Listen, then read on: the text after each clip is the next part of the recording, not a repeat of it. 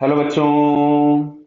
यहां लिखा है two loud speakers L1 and L2 driven by the common oscillator. Common oscillator का मतलब है दोनों जो फ्रीक्वेंसीज जनरेट कर रहे हैं वो सेम है, उनके बीच में इनिशियली कोई फेज डिफरेंस नहीं है।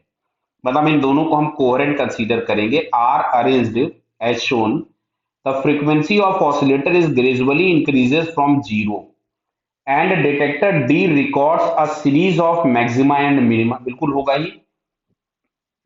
If the speed of sound is 330, then frequency at which first maxima is observed। Clear है?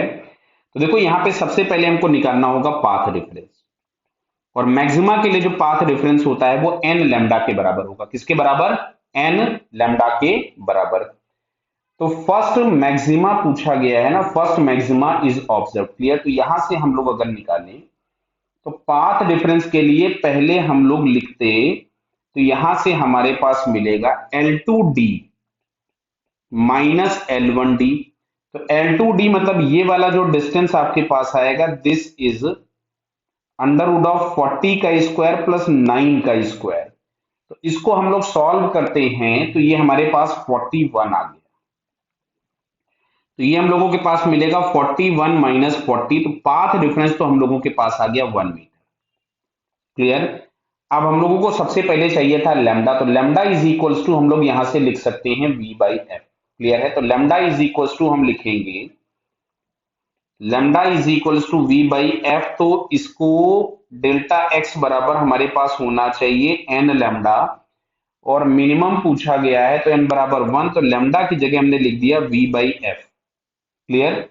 तो F इज इक्वल्स टू हम लोगों के पास यहां से मिलेगा, फ्रीक्वेंसी ही पूछी गई है, तो फ्रीक्वेंसी इज इक्वल टू आ रहा है V, और V हमारे पास दिया है 330 मीटर पर सेकेंड।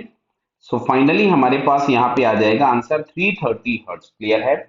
तो 330 हर्ट्ज जो कि हम लोगों को यहाँ पे बी वाले ऑप्शन में दिया है, so it's B answer is correct. Clear है बेटा? अब अगर हम इसमें n बराबर मान लो 2 रख देते, तो n इज इक्वल टू 2 रखने पर हमारे पास जो पाथ डिफरेंस तो 1 खैर मिल रहा है, वो तो हम लोगों ने ज्योमेट्री से निकाला। अगर हम इसमें n इज इक्वल टू 2 रखते तो लेमडा इज इक्वल टू आता 1/2। एक बार चेक कर लेते क्योंकि आपसे मिनिमम फ्रीक्वेंसी पूछी है, मिनिमम साइड वाली है ना।